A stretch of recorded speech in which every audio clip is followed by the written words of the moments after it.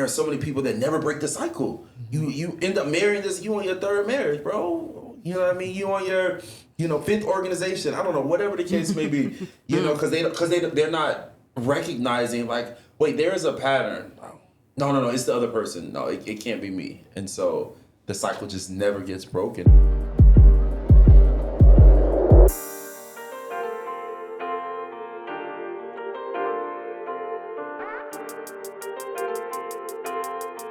Welcome back to the Code Yellow podcast, where we talk about relationships from the lens of scripture and good old common sense. Remember, we're on the road to 1,000 subscribers, so please like, share, and subscribe so you can join the family. Zav, what you got for us? All right, Devin, my question for you is, if you knew you would succeed no matter what would you try?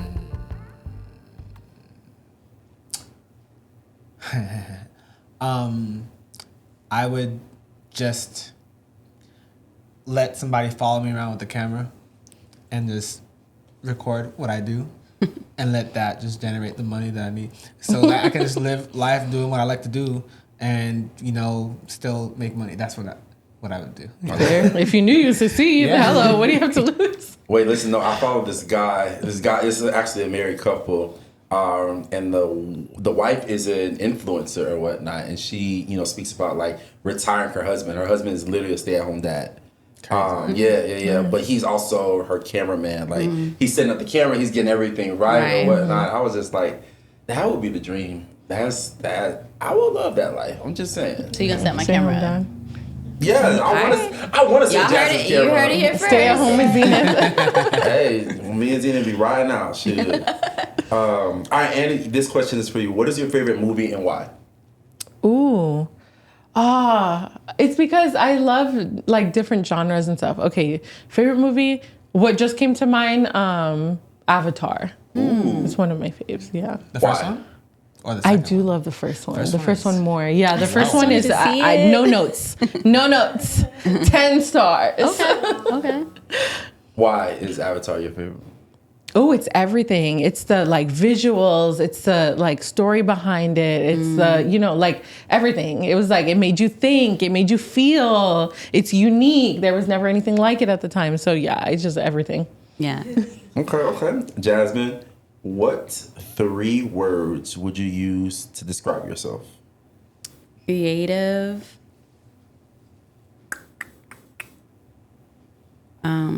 Comedic. And what's like a word for, I guess this is nurturing, but someone that like kind of like Like comforting? Nurture. Yeah, hospitable. Hospitable. Okay, yeah, that's probably good. Hospitable. I love alliteration, so I was hoping that you'll make me proud and do like 3 C's. So my brain is my like... God. Hospitable with a silent C? No. My brain is like, wait, Well, if you you do do that it to could be me? comforting. I was thinking that. I said it. I was like, All right, okay, comfort. so creative, comedic, and comforting. Okay. All right, I have one for myself. What is your favorite thing to do on a rainy day? Sleep. Oh. It's been raining a lot in Houston, so Yeah. I'm like, if I could be home in the bed, yeah, that would be better. But duty calls. So, yeah. Fair. My favorite thing to do when it's raining is to tell people I'm glad I don't have to water my grass. Oh wow. Right, so you're so old. No, for real. You're so old. You're such a homeowner now. Hey, man. No, that's real.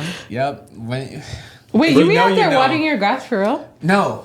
Oh, no. Okay. I was like, no, it's because, some people, like, they really take pride in their Exactly. green He just grass. told us, he told us in another episode how he's really putting more effort into that. So I can see that because I sort of something I really want to do. I really want to get our grass. Like, I just want a certain type of yard. So I'm making that my project. And someone told me, that, like, you're going to have to water it a lot more. And so I can see myself being like that too. Like, yes, it rains. Just That's grass. our water bill, okay? Just saying. Water bill. It's not so much how often you water, because you actually don't really want to water every day, because then your grass won't root deep.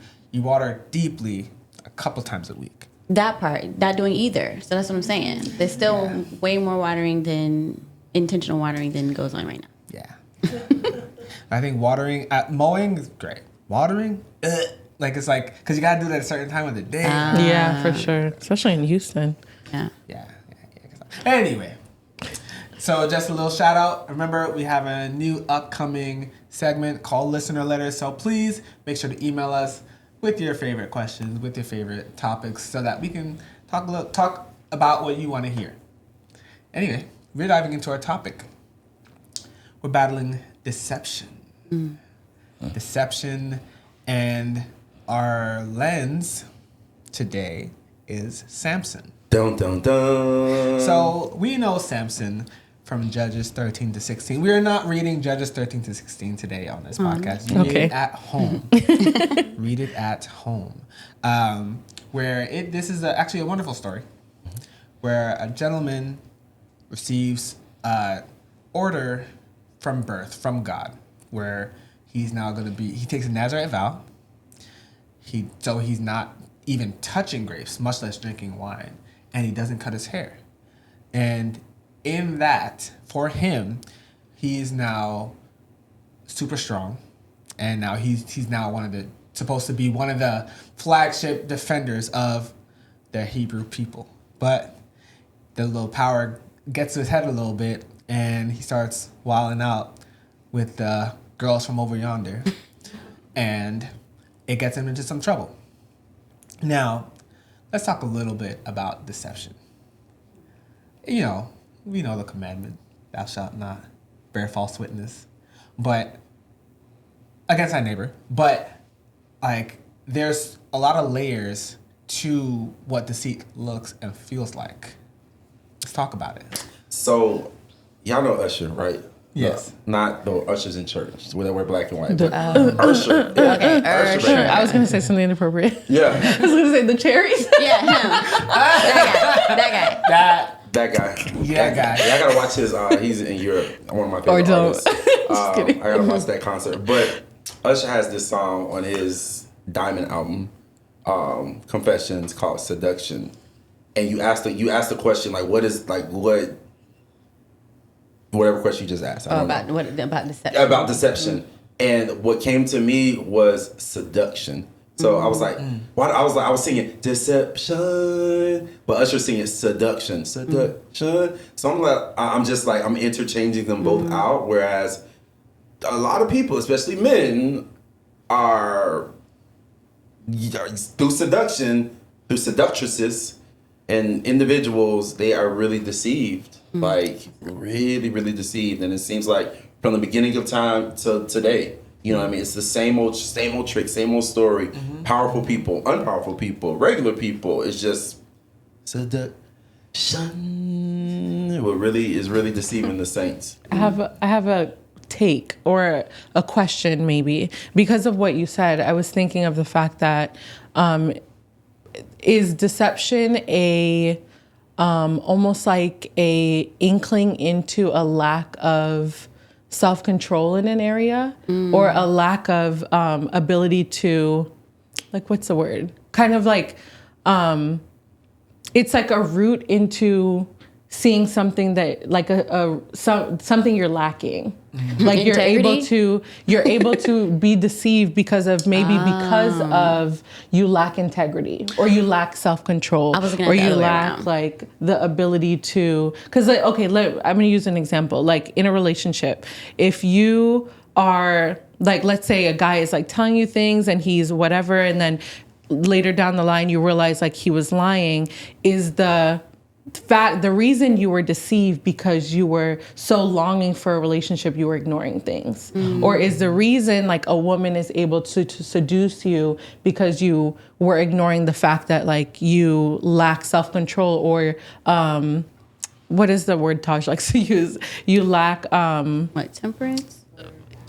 Discipline. You lack physical discipline, because he's always saying that men nowadays lack physical discipline. So is the fact that you're being deceived an inclination into something deeper that you're not addressing? Okay. I 100% agree. You can never be deceived by something you don't want. Okay. Because it's never in your way if you don't want it. Okay. But you will get caught up in the appearance of what it is that looks like what you want. But because of whatever internal factors you got going on, because of how badly you might want this thing, you're not looking below the surface to figure out what's missing to make this thing truthful rather than deceptive. Say that last part one more time. Right. I forgot what I said, but I'm gonna try to bring it back. Basically, if the appearance of it, whatever you got going on, you won't be deceived by something if you don't want it, right? And you might overlook like things that might look wrong, might be wrong with it, just because it looks like something you want, and you'll just try to grab it because it looks like what you want. I think that's a very interesting perspective, because while you were talking, I was thinking about Eve, and then I was like, okay, let me hear what you said before I speak on this. But I guess so Eve was deceived, right?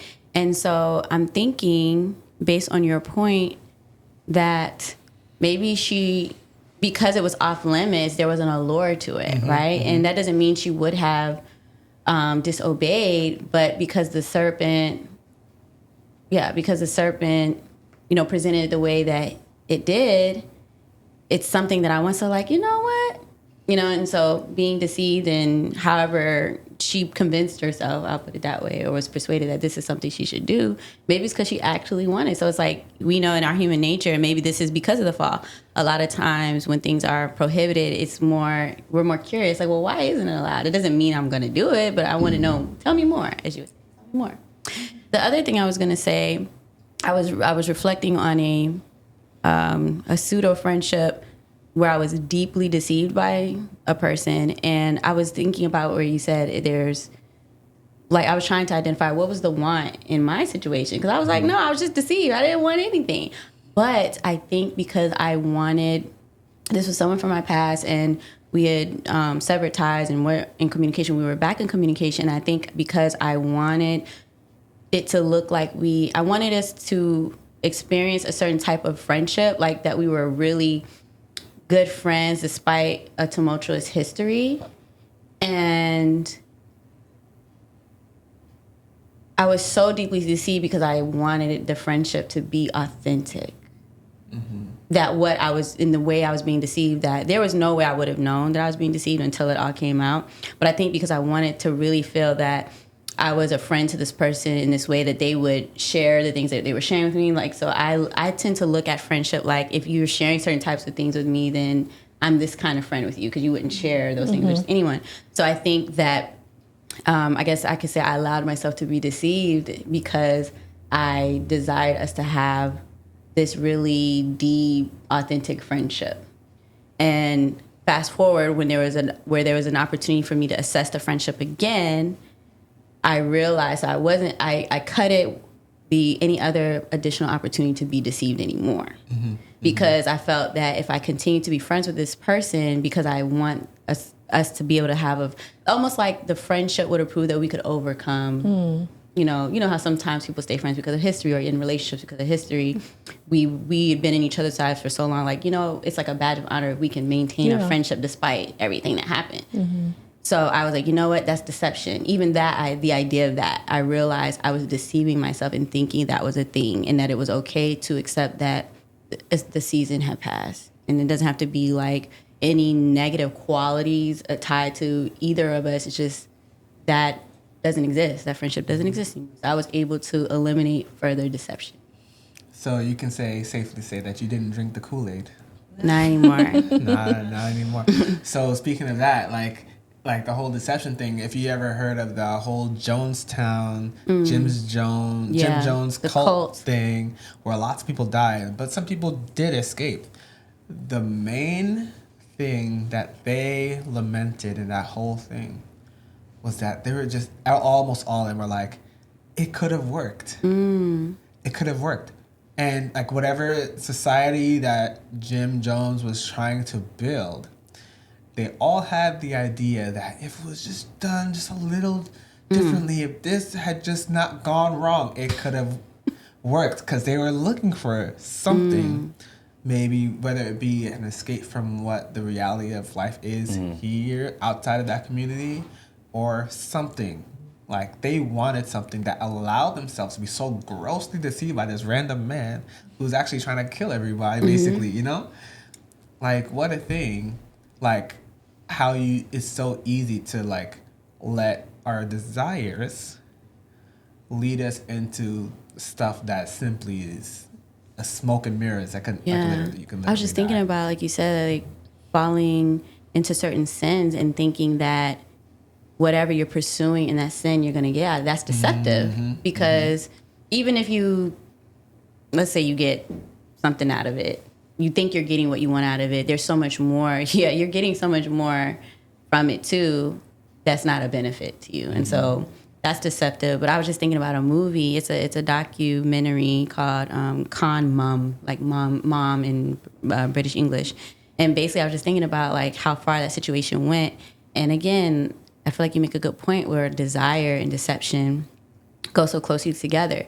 The person, this guy, he really desired to know who his mother was or his mother is and have a relationship with her. They found each other, they start formulating a relationship, and through the entire relationship of them building a relationship, he was deceived the entire time. And she ended up conning him, or scamming him, conning him out a lot of money. And it caused a lot of damage. But I'm thinking about, did he allow himself to be deceived? And this is a son and mother relationship because of he wanted a relationship with her. He wanted, and he talked about it, I wanted to feel this and that way in this relationship. So I don't think he immediately was allowing himself, like, you don't go into a situation and say, I'm going to let myself be deceived. But I'm sure, not always, but there can be some signs, even if it's intuition, Holy Spirit discernment, and that's why it's so important to be tapped into Holy Spirit, because Holy Spirit will reveal things to you. You may not always understand exactly, like know that, but that feeling, like, okay, Lord, you telling me something, let me go with that. But at the end of the day, he did allow himself to be deceived, because he does start sharing, like, I realized some things were not adding up, and I still went along with it. So I just think that's a really such a simple concept, Devin, but I really feel like you're onto something. How would you tie that back into Samson then? So thinking about Samson, his primary point of deception was not when Delilah lied to him, not really. Not when he finally gave up his secret and then he finally got... that wasn't the main deception. The main deception for Samson was that he was invincible of his own self. Because he was playing fast and loose, just left and right, because the Philistines tried to kill him so many times. And he flexed on them with every encounter. Because, like, even think about it, like, he killed... read this at home. He killed 2,000 people with the jawbone of a donkey. As in, he could have used literally anything else. Literally, he took a piece of bone. Who found a bone just ran? Like, I mean, it's like he could have gotten it from anywhere. And he killed all the people. The Philistines trying to lock him up in the city, and he pulled a gate right out of the ground and brought her over to God knows where. And, like, they couldn't touch him. So now when he's tangling with this woman who has now been incentivized, read it at home, to deceive Samson and find out the source of his strength. And he tells her a lie, and then they try to kill him. Rinse and repeat 3 times they do it. And then the last time he actually tells her that the secret is his hair. Cut my hair. I don't think he took that part serious. As in, like, he had been living on this vow for his whole life. He had never cut his hair. But now he cut his hair, or let this woman cut his hair. And now he's powerless. He didn't realize that breaking the vow would lose his... So his main deception is his deception of himself. Because he wanted to... First of all, he wanted to have this woman, I guess. As if he couldn't have literally anybody he wanted. Second of all, I guess he probably wanted her out of his ear. And he was just like... He was playing fast and loose with his own weakness. That he probably didn't realize it was weakness. Because he thought he was invincible. Like, he's like, I could break out of this anytime. But no. So with us... I wanna go kind of like, that was really good, Devin and Jazz. I want to go kind of like the other side and talk about the deceptor, if that's a word. I'm thinking about Jacob and Esau, how like the mom kind of like manipulated that situation. And even like taking it to present day, there are people who I feel like they make a living or a life, if you will, out of like being deceptors, if you will. And I just kind of like want to speak to those people.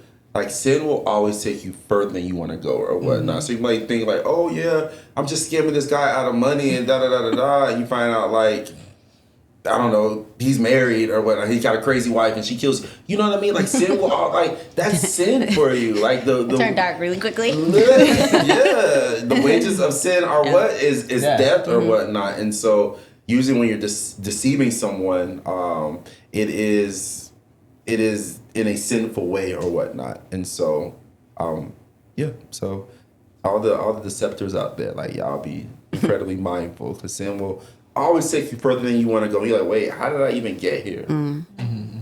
I wanted to postulate, so with the way that you're framing deception, does it then put the person being deceived more at a higher level of like accountability? Of course. Interesting. So because That's deep. as much as the deceiver they've now kind of like they've taken it at least half, they've taken kind of your soul into their hands to try to harm it. The loop can only be closed by accepting the deception as truth. Because Satan, he's going to be punished for deceiving the nations. But who else is going to be punished? The nations that got deceived. Right? Because a liar is only as powerful as who believes him. So, like, the only way to preserve yourself from deception is to be entrenched in the truth. And know what is the truth from a lie. And now, something that a lot of people don't consider. What type of lie is the most dangerous? It's the one that's 99% truth.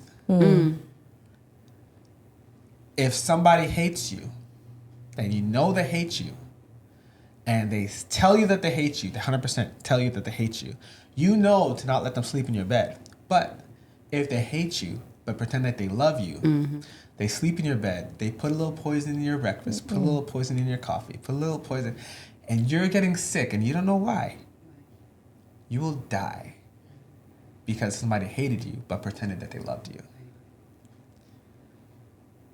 So the main thing is to be able to filter out that lie and nip it, or avoid it, whatever you can, to prevent yourself from now being caught up in this vision that this person's painting for you.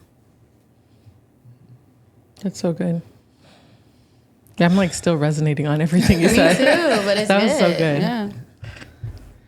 So, the deceiver in the Samson story, we got two deceivers. We got Samson himself and we have Delilah, right? Delilah, she also had something that maybe she wanted. Well, and I hope I'm not mixing up the story, but her life and her family's life was in danger off of her getting the secret from Samson. So she had people she was protecting, but she, that doesn't take it out of her hands that she was in a main place to deceive him. How do we keep ourselves from inadvertently getting into situations where we get stuck like this?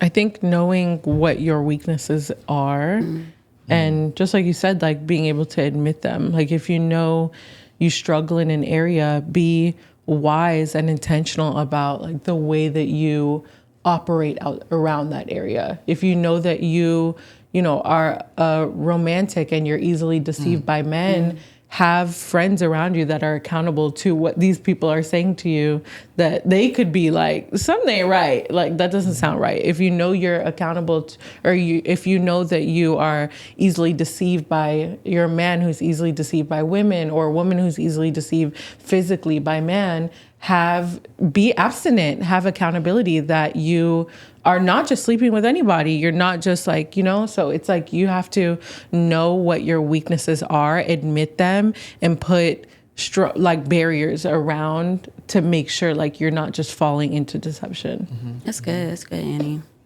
I just like how, like, I'm just thinking of all different kind of things, and like you said, just really resonating where there's some onus on the end of the one that's deceived. Like, and that just, because I think it's just very easy to fall victim when you feel like you've been injured by deception. I mean, that counts for something. Mm-hmm. But then how can you protect yourself moving forward? And how could I have avoided, because you don't actively go into a situation and choose to be deceived. So I'm just really the onus is with that. The onus is important, because if you don't take a self-assessment, it's going to happen again. Absolutely. Why people keep dating the same type of people, or choosing the same type of jobs, or have the same type of friend fallouts or whatnot, you know what I mean, or choose the same type of women. It's just like, bro, you gotta look at yourself or whatnot. And so but I mentioned that very intentionally, because there are so many people that never break the cycle. You end up marrying you on your third marriage, bro. You know what I mean? You on your fifth organization. I don't know, whatever the case may be. Because they're not recognizing, like, wait, there is a pattern. No, it's the other person. No, it can't be me. And so the cycle just never gets broken. And I think us people on the outside, we see it clearly, like, bro, sis, like, what are you doing? So gotta break the cycle. So what do we call it when somebody can reason, see something, and change, or make an action? That's executive function, right? But the use of the executive function part of our brain requires us to not be using the survival part of our brain, because that survival part can't think. Really, it reacts to protect you in whatever limbic system, frontal lobe. Yeah, it is. So I think a lot of us, or like the reason people might find themselves in repetitive deception is because they are living more often in a state of survival than in a way that lets them actually use their executive function. So as a kind of like our last kind of touch point on this, what can people do to get out of survival mode so that they're not in a state of falling into deceptions that their lower brain thinks that they need to survive?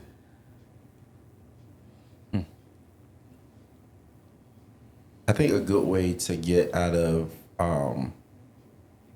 survival mode is, statistics and scientists show how, like, writing things down are, like, that's actually literally a game changer. Like, you're seeing it, you're saying it out loud, you're witnessing it, you're getting it out of your brain. And so I think that kind of like getting out of survival mode, kind of like, think about maybe like two columns. When I wasn't in survival mode, and when I wasn't in survival mode, when I was in survival mode, like, how did that look? How did I move differently? What are some pitfalls or shortcomings that came in both areas, and just, somewhere meet in the middle?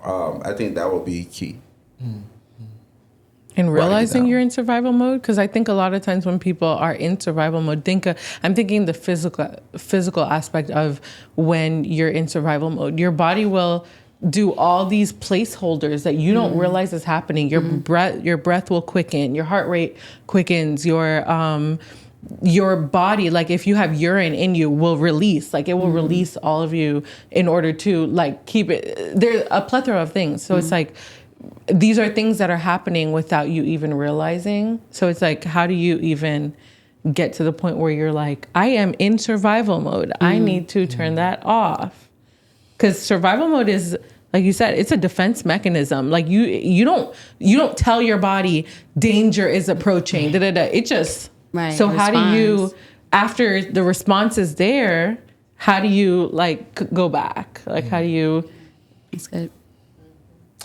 Well, I'm still learning. Right. That's not my area of expertise. Call your therapist. Yeah, it does start with having a third party to kind of help see into what's going on. But whenever you have a spare moment, to also like self-reflect, truly, right? If you can self-reflect not just on what's happened to you, but you're kind of like reclaim your power by understanding what you can do to improve your situation, external to anybody else. I think that's the first place to start. If I were to pick a place, that would be it. Mm-hmm. Any final words, Zaf? Hey, my final words are. Yeah. Words are, but it is a word. Or no seduction. Hey, don't get seduced. Don't get seduced, ladies and gents, by that pretty face, by that nice body. Like, don't do it. Mm-hmm. Don't do it. You know, because our pastor said recently, if the enemy came in a pitchfork and wearing our red, you would go the other way. But like you said, it's the things that I desire or the things that I suppress. Well, maybe I do want to get power. Let me connect myself to this person. That person is not who God has aligned for you. So we can be seduced in so many different ways. So just tap into the Father so that you are not seduced and you won't be deceived. Mm-hmm. Yep, and keep a tab on your desires because they are kind of windows into what can trip you up. That's good. Yeah, we won't get into phone scams and email scams or all those things that buy my course on how to make $1,000. No, that's real though. It costs Paid $1,000. Paid subscription scams. Yeah. Buy my ebook. Right. Wait, I saw the ebook once.